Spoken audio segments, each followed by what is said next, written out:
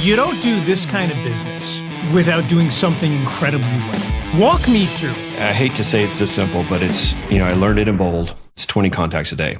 If you just figure out how to bring that conversation around to helping them, you don't even have to ask for the business. How old were you when you started this thing? 23. As far as I'm concerned, you can never do enough episodes about activating and connecting with your database. When polled, the #1 source of business that closes for real estate agents was, is, and in my opinion, for the foreseeable future will be sphere of influence and database referrals. I have an absolute expert for you today on this subject. He and his team are $100 million producers year in and year out. And here's the thing, they've been doing it for 30 years in Austin, Texas. This is one of the calmest, kindest people you're ever going to meet. But inside of that calmness lives a fierce competitor who wakes up every single day and simply by focusing on having 20 conversations a day has managed to build with his beautiful wife, Susan, this incredible business. Friends, he is going to teach you exactly how to kickstart your database and generate leads in just a few hours a day. He's going to explain his thinking, how his day work, how his teams work, and most importantly, how he turns conversations into dollars. Friends, sit back and buckle up. This is Gene Arant. Gene, how are you, sir? Excellent. Just staying nice and warm here in this cool Austin, Texas weather today. Yeah, well, it's fun. So for those of you out in the Realtor Multiverse, we are talking during the winter blast. So I'm looking at Gene, and he's wearing a winter coat as he does this episode with us. Gene, you have been in the industry a long time, 30 years. You're incredibly successful, and your business is booming. But I want to go back before all of that. How did you come into the greatest industry in the world? My wife and I, at that time, we were dating, and we had a little bit of money saved up, and we were able to buy what we, back in 1992 was what we called a non-qualifying assumption. So we'd saved up $10,000. We were able to put it down on a home. That was a 1987 loan, and we were able to assume it, and because we had no credit. And in doing that, just really enjoyed the process. And not the smartest guy in the world, but decent common sense. And just the people that I had run to in those, 22 years of my life that seemed to be wealthy or seemed to be have something going on had something to do with real estate.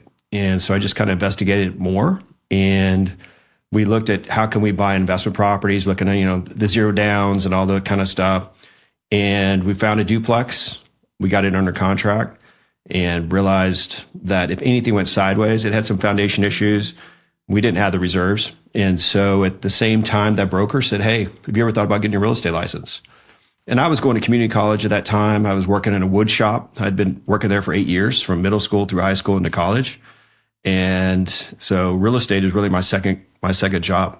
And so it seemed a lot better to go drive around and look at houses than sitting in a warehouse that was un-air conditioned in Austin, Texas. Blowing sawdust off myself every day before I headed home. And so in 10 days, I went 10 days straight, 10 hours a day, got my license. In 10 days, had my real estate license.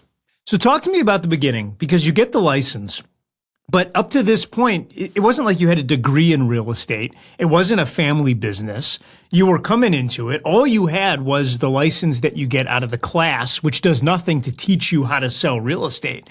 So You're now a licensed agent. It's day one. Do you have immediate success? Horribly not. No, I sold 2 houses my first year, made $11,000, both of them to good friends of mine.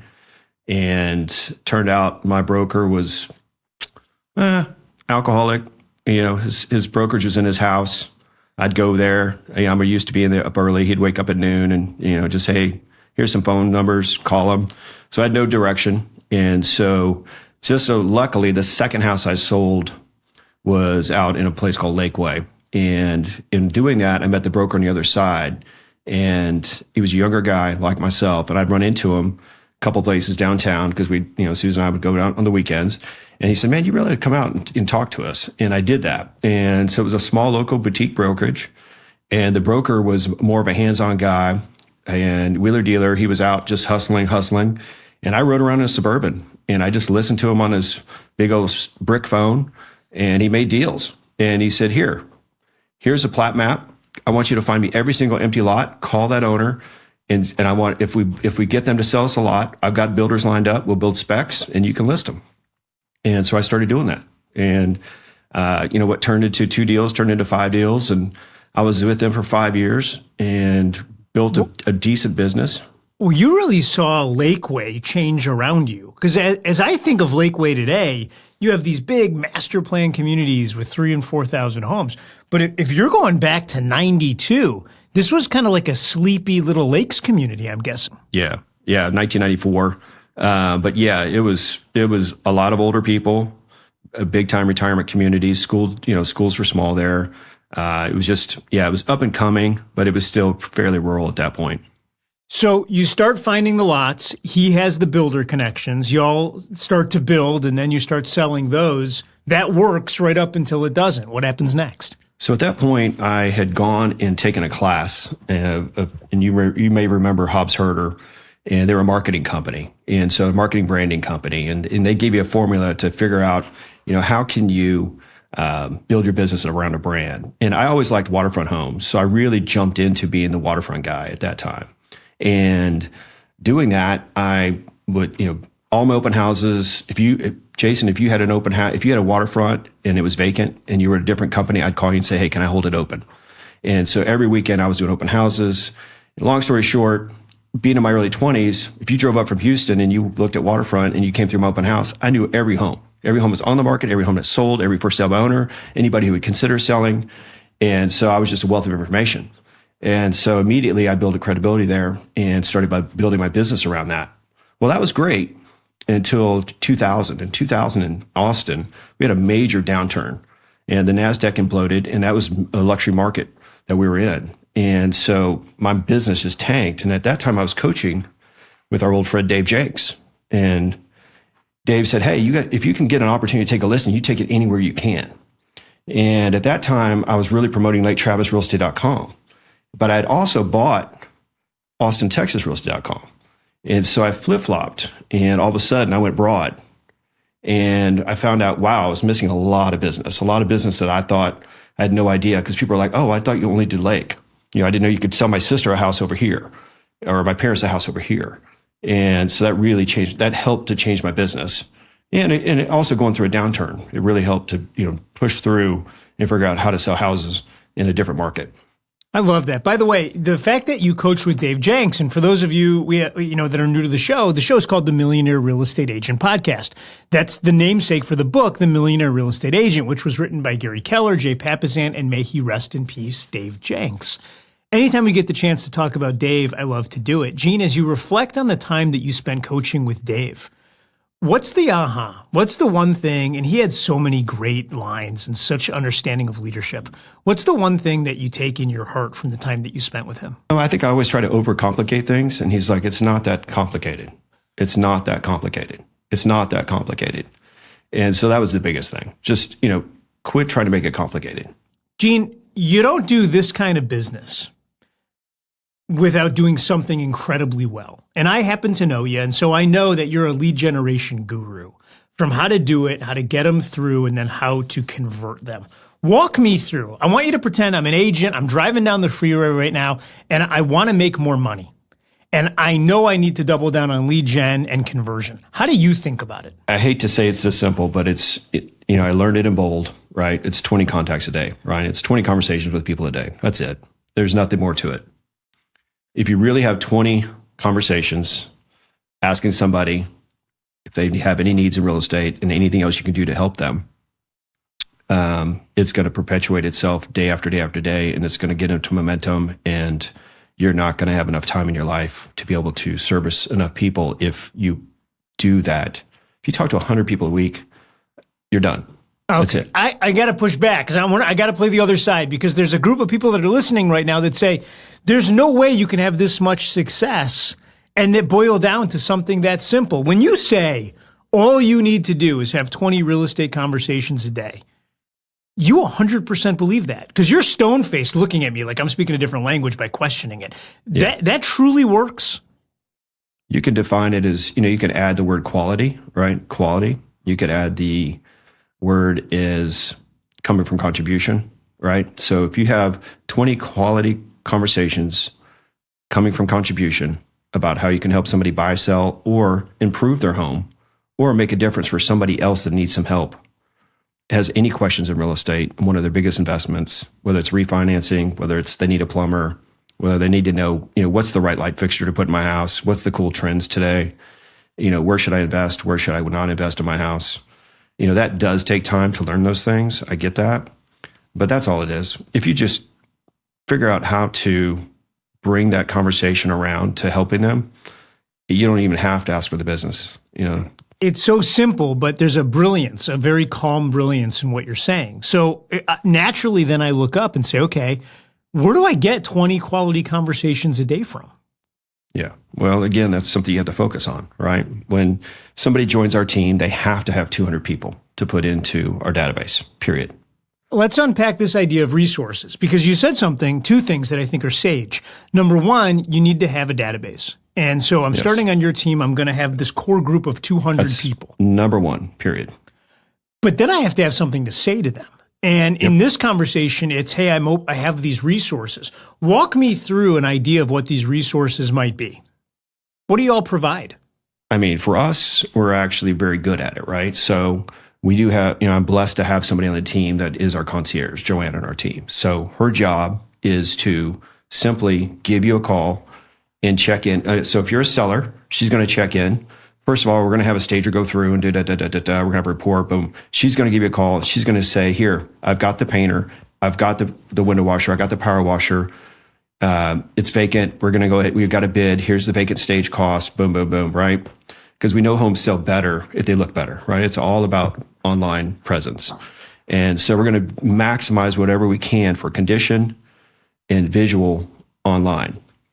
So when somebody does show up, the condition matches what they saw online. And so that's just one side of it. On the buyer side, again, you as an individual agent, until you're really busy, you have this time. And, you check in and say, I know you're moving to Austin, boom, boom, boom. What are your needs? Do you need a veterinarian? Do your kids, do they have any special needs?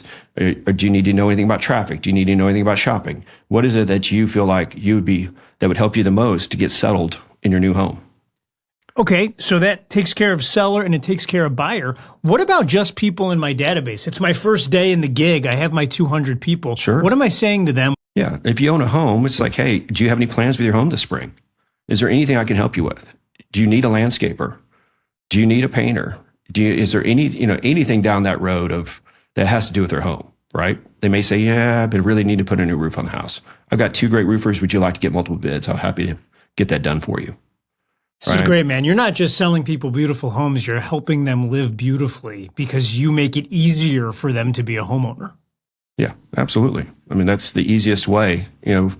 Going to get new business is fun, but it's a heck of a lot easier to maintain old relationships to get additional business versus going out and earning the trust over and over again, brand new, versus you've already done it once. Cool. So step 1 is have a database, have my couple hundred people. Step 2 is have a vendor network so that I can make offers. Do you need the painter? Do you need the flooring expert? How can I help? At some point, though, I'm quickly going to run out of 200 people. I mean, I might call, that might be my first week if I'm trying to have 20 conversations. What do I do once I exhaust that group? So you call the 200 again and you say, hey, Jason, by the way, you know what? I completely forgot. I like to know more people like you. Who do you know, that I should talk to and just, be a good resource for them in the real estate world? That's so good, man. And when the people on your team are doing this, what usually comes out of these first 2 pass-throughs their database? Are they finding a deal usually? Oh, yes, 100%. Yeah, they should be under contract with somebody in the first 30 days. Absolutely. That's your 100%. Expectation. No, we have a lot more expectations. So we have some open house expectations. Walk me through that. Yes. Yeah. So we just did a challenge where we had 4 new agents join the team, and they had a challenge of doing 50 open houses in 60 days. It's a lot of open houses. And I'll use Adam as an example. He's brand new. He's 19 years old. I've known him since he was 2. He graduated high school last year, went to University of Houston for a year, decided to come back and say, you know what, I'm going to do University of Houston online. I'm going to get my real estate license. He came and interviewed with me. This is a good tie-in. I gave him the MREA book. I do it all the time. I can tell you on one hand how many people have ever come back and said, I read it. What's next? He came back the next week. I read it. What's next? And so he jumped in. He learned the systems. He learned our listing presentation, learned our buyer presentation, learned our conversations around open houses, did the open houses, and he's closed a 1.6 million, a 1.2 million. He's got a $700,000 closing tomorrow. He's got a 1.69 or 1.65 that he just got an offer today for 1.59. He's got a 385 listing on the market. He started in August.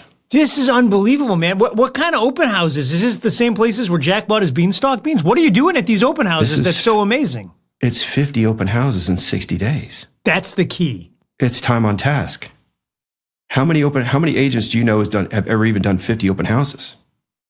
Yeah, that's a really great point you make. Yeah, period. So did he run out of property? How did you do it? Like if I look, by the way. Oh, no. He did 2 on a Saturday, 2 on a Sunday. He did 1 on a Thursday. He did 1 on a Monday. Instead of doing lead gen, so we do lead gen as a team every day from 9 to 11. We do a power up, 8:30, 11 o'clock. We meet again from 11 to 11:15, recap what were our wins, what did we learn, what are objections we can go over. So he just did his lead gen from open houses. Let me ask you this for the rest of the group, because you're all doing lead generation in the morning. Why'd you decide to do it in the morning as opposed to in the afternoon? Well, I mean, that goes back to the MREA, goes back to the one thing with Gary, right? I'm a true believer in what he teaches in him and Jay on willpower. You know, we wake up every day with so much willpower and it's out by the afternoon, at least for me. And so if I don't do it in the morning, it won't get done. So, you know, I work out early in the morning because I won't work out in the evening. I don't have the willpower. Susan, she has the willpower for the evening. I don't. And so majority of us need to do the hard things first, or we just put them off. Something else gets in our way. Maybe we get lucky and we get an appointment and we're showing something or work at negotiating an offer, but we don't jump back into lead gen at the end of the day. It just doesn't happen. 100%. Okay, so you all get together. It's now 9 o'clock. What does it look like? You're now together as a group. What happens next? Yeah, so if you're not in the office, you're on Zoom. So we have a lead gen Zoom. And so it's not like everybody's talking on the Zoom or anything. Everybody's silent on there. But as wins happen, then you say, hey, ring the bell, because we have a bell in the office. And so if you set an appointment, you ring the bell. They're just doing their follow-up, they're doing their lead gen. So they're calling their database, their sphere. I start my day every day with birthdays. So, you know, with selling over 3,000 homes, I got a lot of past clients. So every day I have 4 to 6, 8 past clients to call. And so I start my days with birthdays because a lot of people answer their phones on the birthday, number one. And number two, it's just a great touch. It's just I'm not asking for business. And at this point, they kind of get used to, you know, oh, it's Gene. And often I'm the first guy that they ever hear from. So it's fun. So when y'all get in there and you're doing this at scale, there's got to be an awful lot of no's. By the way, anytime you're going to use the phone, you're going to do it in a TCPA-friendly and compliant way. That goes without saying, and I know you do. How do you talk to your people about rejection? And so that's part of a recap at 11 is just, hey, what happened? And most of the time people, and so we talk about changing lives through real estate. That's kind of the culture. Mean?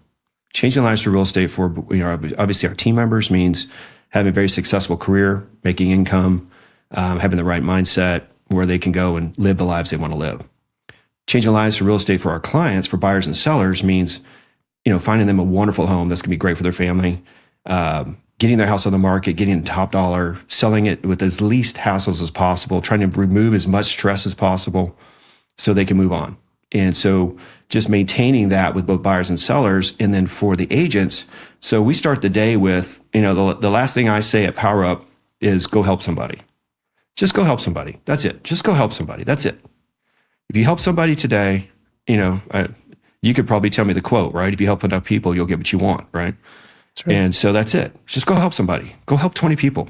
That's it. So we don't get on the phones as salespeople trying to get a deal. We're simply there to help facilitate anything we can do to help. Whether it's now, a year from now, 10 years from now, it doesn't matter. We're just here to facilitate. We're here to help and we're going to come from contribution. We're not going to, just beat on you to try to get you to, let us in the door in that sense. So this goes from 9 to 11:30, yes? Yes. And 9 to 11, we're talking, and then 11 to 11:30, we're doing this wrap up.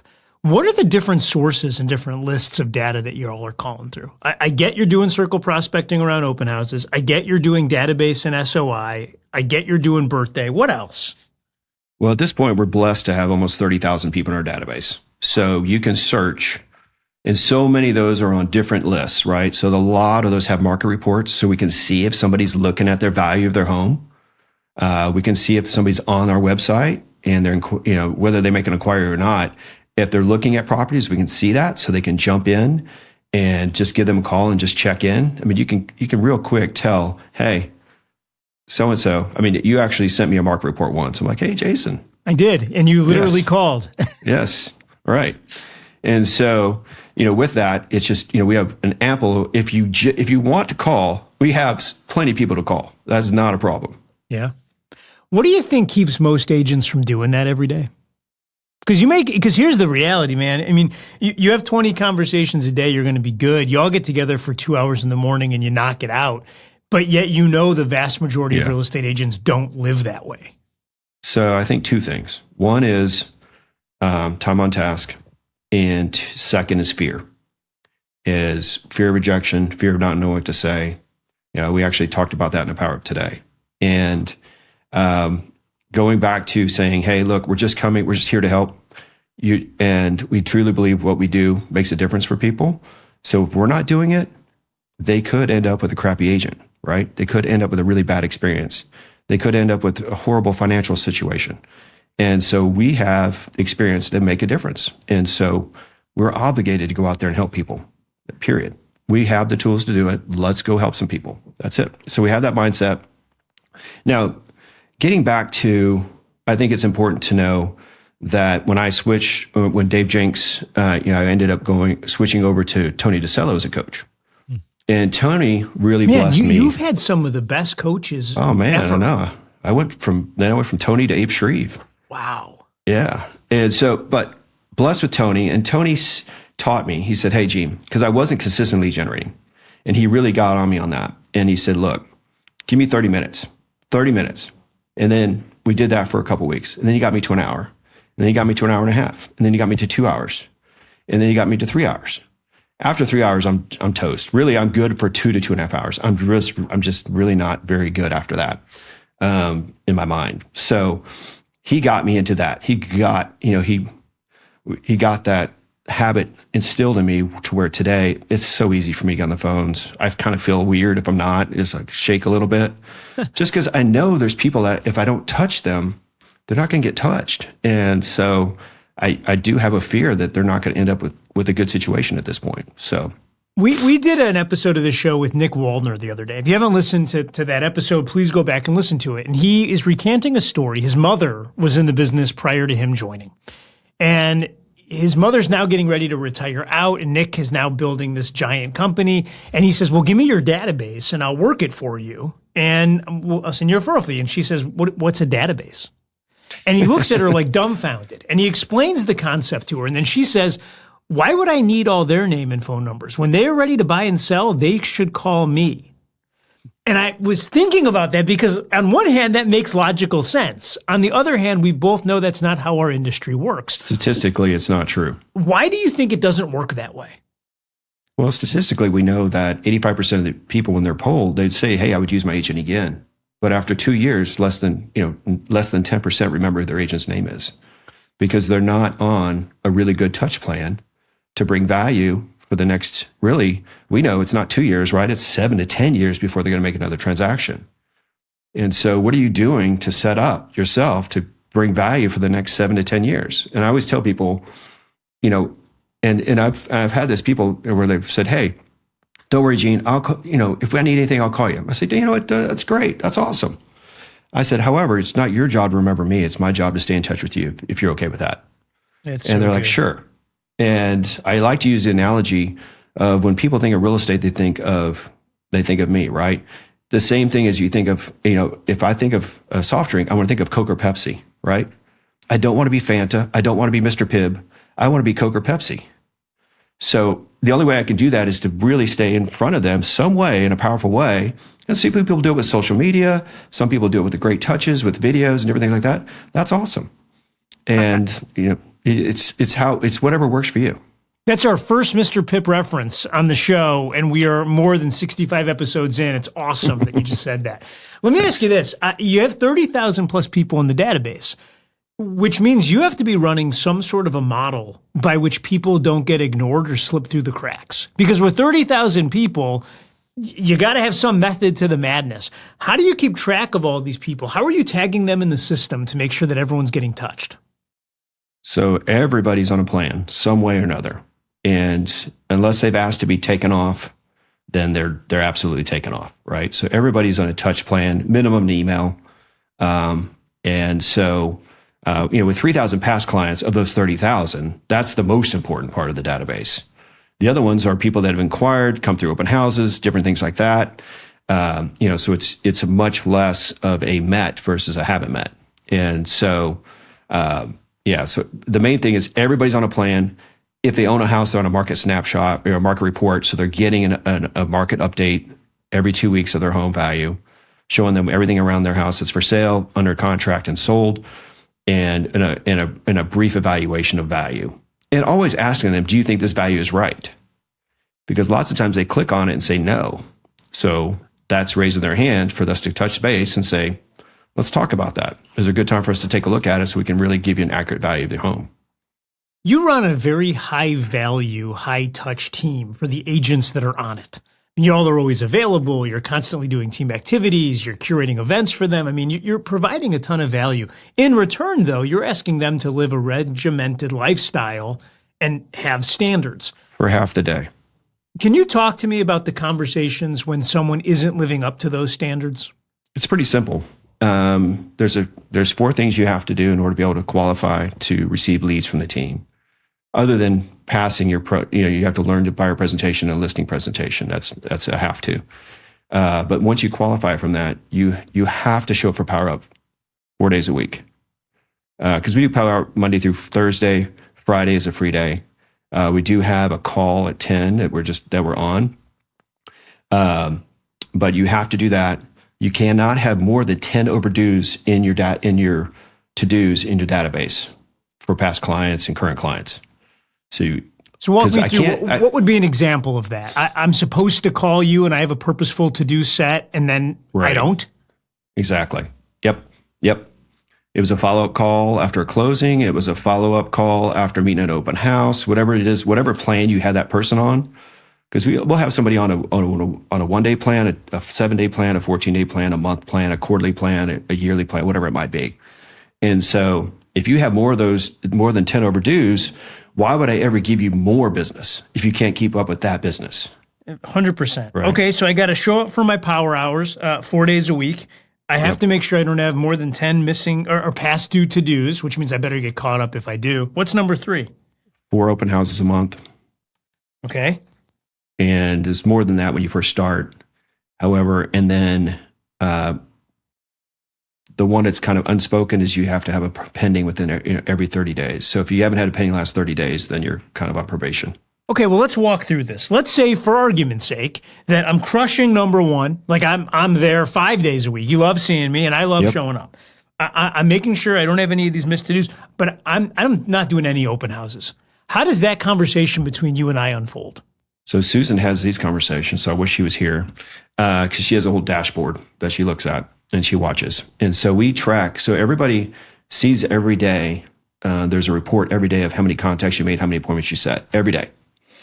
So we can see who the leaderboard is on the team, who's making the most contacts, and so we know when to have the conversations of, wow, you made a lot of contacts, but there's no appointments. Okay, so let's talk about who you talk to and what conversations can we adjust to get to an appointment in that sense.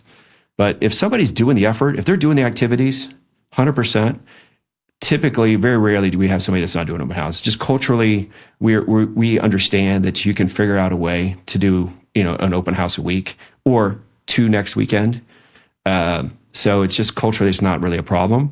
But if somebody just, they just missed one, but they've really put in the activities, we might give them a pass once.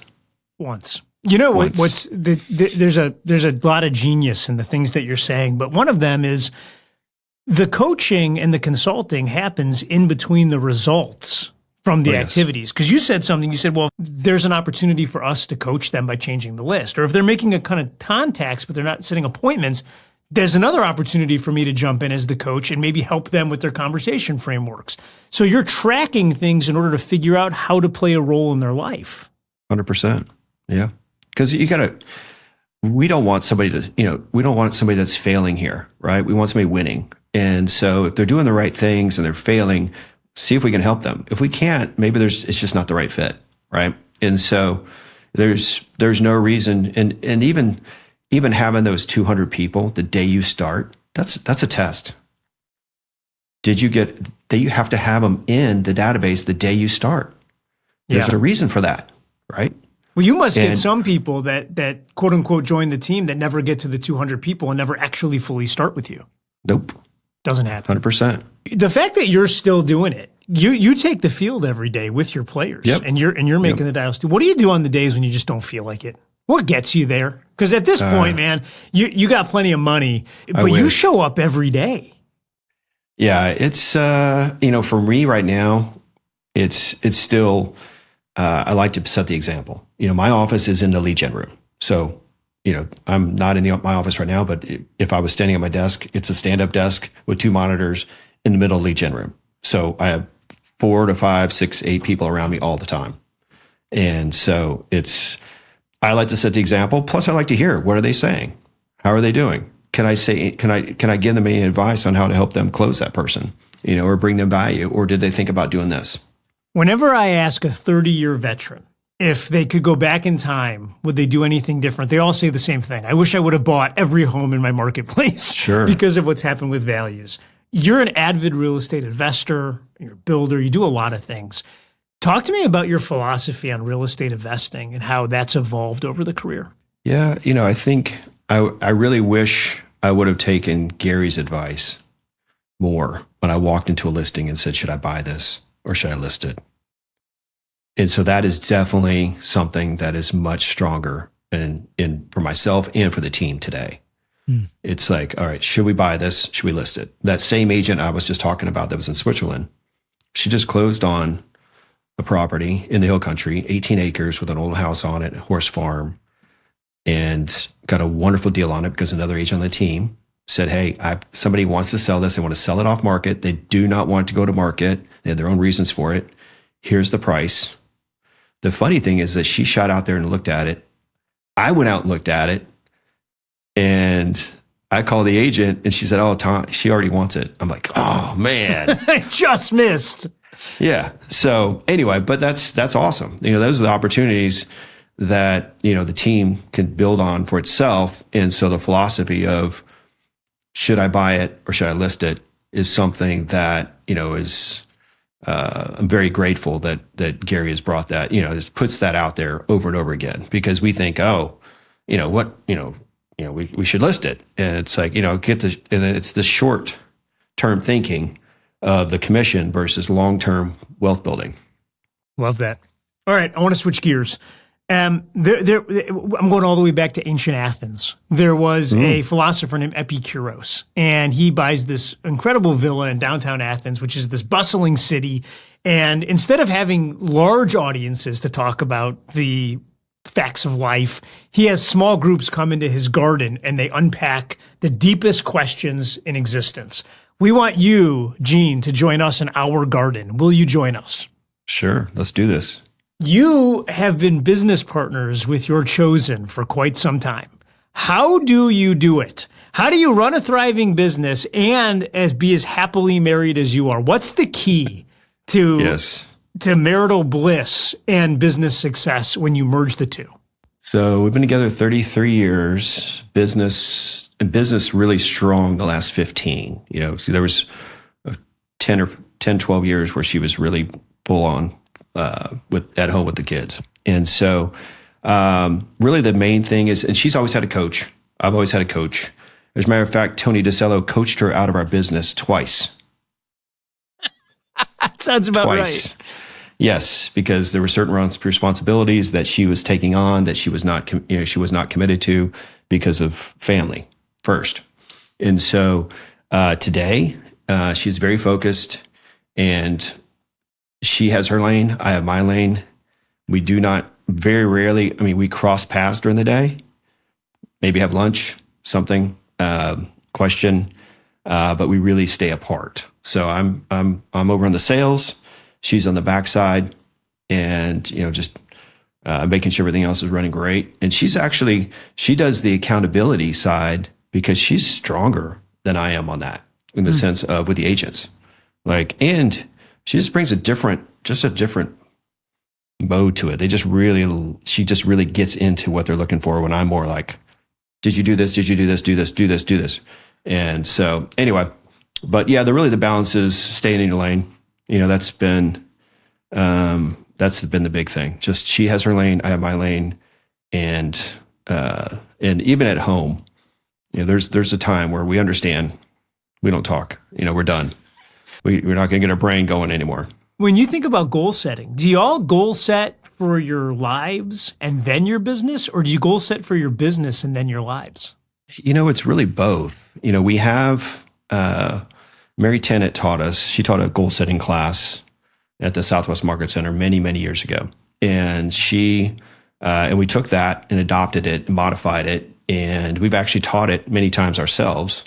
And we just learned to, write down, just go away, write down everything that you want to do, if you could do anything, have any skill, just start writing. And so we'd write out, we'd go away from each other for an hour or two, come back, we'd read each other's. It would make me think of some. I could see what's important to her, back and forth. And then you just rate them on a scale of 1 to 10. So you have 200 to 300 things. And on a scale of 1 to 10, how important it is to you? You got your 10s, right? And then on a scale of 1 to 10, how doable is it? Is it realistic? Like Susan, hers on a scale of 1, hers is always on the list as being a Dallas Cowboy cheerleader, right? How important to her? 10. How doable is it? 1, right? I don't know. I wouldn't count her out, by the way, between you and I. She could do it. Well, that's what she'd say. And so anyway, long story short, you have your 20s, right? And your 19s and your 18s. Once you get past those, the 17s, 16s, those don't really matter much. And so you break those out into your business, your personal, and your individual. What's important to you, what's important to the family, and what's important to the business.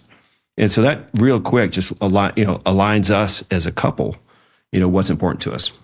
I love that. You've raised a beautiful family. How did you build balance and family time into it? Because our industry, this thing is like, this can be all encompassing if you let it, especially running it as a husband and wife team.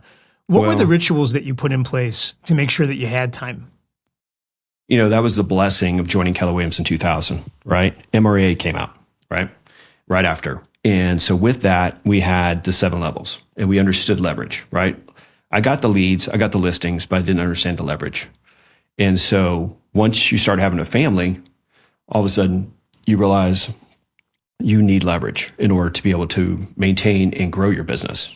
And so learning how to hire a really great executive assistant that can just offload so much and allow you to grow your business that way and balance back time, buy back time to your family, and then bring in a buyer's agent and finding out, oh my gosh, I'm not showing properties, I'm not searching for properties. They're out doing that and I'm making money. And then adding a listing agent, and so just by doing that and growing a team is, the biggest blessing is how we were able to really find that balance and not just freaking be overrun by buyers and sellers and, trying to fulfill what we could, with these clients. When you look up and 30 years is a long time, and you guys have had a perennial successful team, which means that you've made plenty of money. What's interesting about your story is you didn't start with a lot of it. No. Your view of it has probably changed over your lifetime. When you think about wealth and money today, what does money mean to you? It's just freedom. It's just freedom. That's it. It's, for us, it's just by having the money, we don't have to think about the next deal, right? The next deal, the next deal, the next deal, the next deal. And if you're thinking about the next deal, can you really give the same service and love to somebody if you need the money, right? And you just don't. It's just you may just kind of push a little harder or try to get a deal done because you'd like to see that commission check show up. And so with that, it just gives us a lot more freedom to run our business the way we want to run it and not feel the pressure of needing every deal happen. Last question for me. When you look back over 30 years, one of two things is true. Either the industry has changed a ton or the industry really hasn't changed much at all. By the way, I've heard people give me both answers and justify it. Which side do you fall on? I mean, obviously just the basics have changed, right? When I started, we didn't have an MLS. We had a book. There was no cell phones. I had a pager. Dude, I have friends at home. I wish you could see this because he doesn't look old. Because I know not all of you know who he is. The guy looks great. Gene, the fact that how old were you when you started this thing? 23. 23. Yeah, dude, there was no MLS when you started. No. Not online. It was in a book. It showed up every week and everybody ran and grabbed it, Me too, by the way. And I still remember it fondly. Yeah. So you got the basic technology part of it, absolutely, but nothing's changed in the sense of, again, today we're blessed with the technology to be able to stay in touch with more people, right?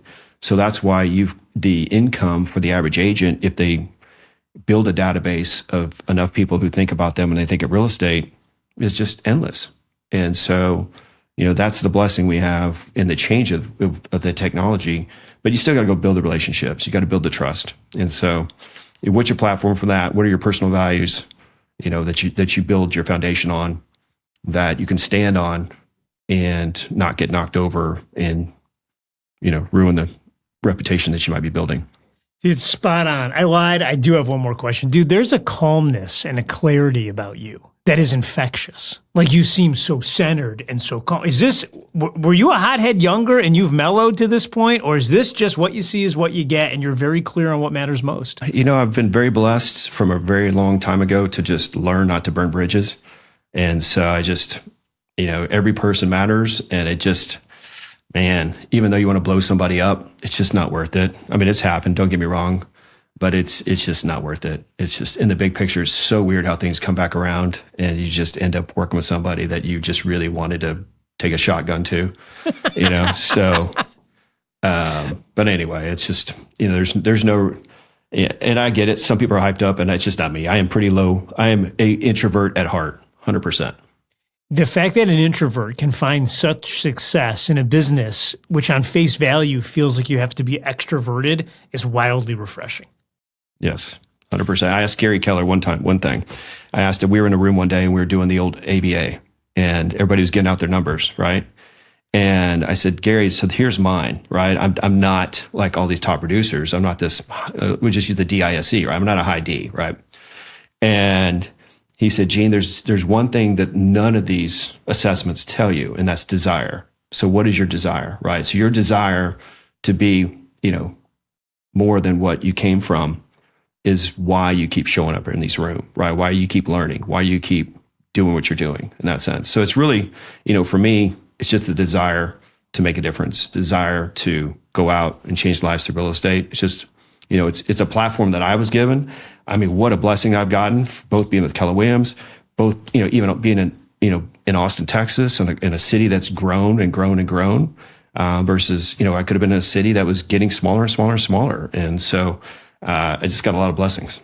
It's awesome. Gene, thank you for everything you and Susan are both doing for the industry. We are grateful. My pleasure. I think it's so interesting that he comes up to Gary Keller and says, hey, I look at my personality profile and I'm not like all these other people. I'm not this high driving D who's wildly social. I'm something different. Here's what Gary taught me. Gary said, Jason, in the world of personality graphing, there's no graph for success. Meaning everybody, regardless of your personality profile, can find massive success if you're willing to master the one thing that's most important in the business that you choose. And for agents, that's always going to be lead generation. I mean, think about it. I wish I could walk you through all the steps, but heck, there's only 3 of them. Number 1, have 20 conversations a day. Think about the math. That's 100 people a week that you're having real conversations with. Number two, if you're going to talk to someone, you got to have something to say. He built out his vendor network so that no matter what your problem in the world of home ownership is, he has the solution.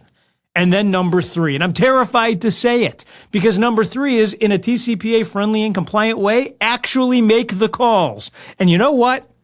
It's number three that everybody stumbles on. And here's what I believe the reason why is. Because they get into the real estate business with the promises of untold wealth and riches, unlimited earning potential, and make your own calendar and be your own boss. And what happens is they fall in love with number two and three, and number one never happens. There is a quiet discipline about Gene. I'm going to say this, and he's going to be embarrassed. He's like a warrior monk as far as I'm concerned, because he wakes up every day and he does the one thing that matters most, and he's incredibly kind and gracious to all the people around him. Add in the accountability that Susan brings into that world, and you have a mega business. Here's what I'm going to tell you. They're so clear on what they do day in and day out to drive the agents on their team to be successful that there can be no debate. My question to you, are you as clear as they are? And if not, can you make today the day you get clear? Go forth and do likewise.